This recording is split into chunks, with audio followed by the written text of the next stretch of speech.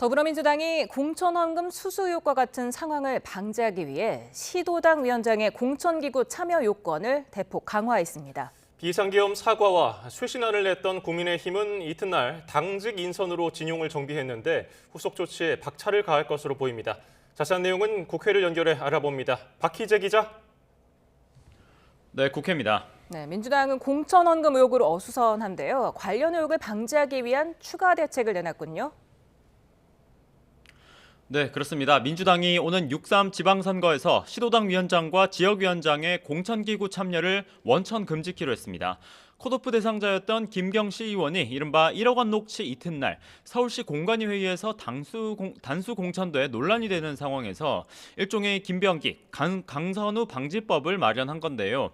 공관위 회의록을 다 남기고 부적격에 예외를 두는 것을 최소화하기로 하는 등의 공천 투명성 제고 방안이 포함됐습니다. 그 배경 한번 들어보겠습니다. 서울시당에서 벌어졌던 그런 불미스러운 일들에 대해서는 왜 그런 일이 발생했는지에 대해서 확인하면서 이제 더 이상 그런 일이 발생하지 않도록 조치를 하고 있는 것이고 원내대표직을 사퇴한 김병기 의원의 징계 절차가 장기화하는 분위기인데요. 오는 12일 당 윤리심판원이 예정돼 있지만 당사자 소명 등의 절차를 고려하면 당일 징계 결론이 나올지는 불투명합니다. 원내대표 보궐선거를 앞두고 김병기 의원 거취에 대한 후보자들의 생각은 갈리고 있습니다. 오는 11일 사실상 준전당대회인 원내대표 선거에는 기호순으로 한병도, 진성준, 박정, 백혜련 의원 간 4파전으로 치러지는데요. 김 의원에게 선당 후사 자세로 결자 해지가 필요하다는 입장, 또 윤리심판원 결과까지는 지켜봐야 한다는 입장으로 갈리는 분위기입니다.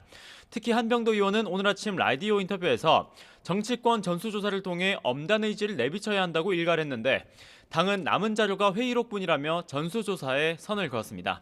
또 김 의원의 자녀 임기인 4개월만 직을 맡느냐, 그 이상 임기가 보장돼야 하느냐도 한 쟁점인데요. 조금 전부터 원내대표 후보 4명의 합동 토론회가 진행되고 있습니다. 후보들은 쟁점 법안들, 민생 법안 처리를 위한 여야 협상에 관해 각자의 전략들을 밝히고 있는데 이 후보 토론에서 해당 내용이 나올지 주목됩니다. 예, 국민의힘 소식도 알아보죠. 당직 인선 발표가 있었죠.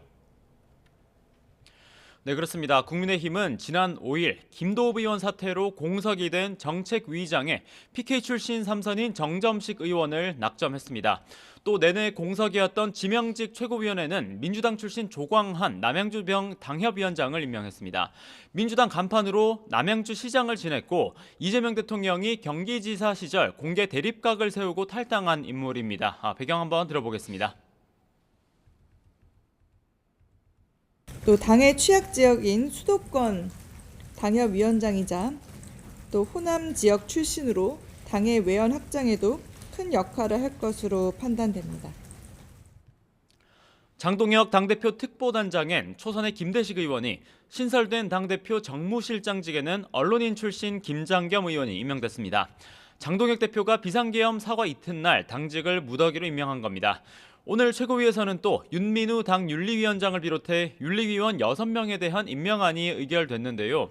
이로써 당원 게시판 사태와 관련된 한동훈 전 대표의 징계 절차도 급물살을 탈 것으로 보입니다.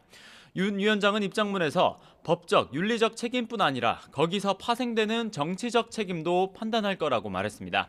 이 같은 인선은 당 안팎에서 장 대표의 계엄 사과문과 쇄신안 발표를 두고 윤 전련 내용이 빠지는 등 비판이 나온 가운데 이뤄진 건데 향후 쇄신의 방향과 강도의 가늠자 역할이 될 것으로 보입니다.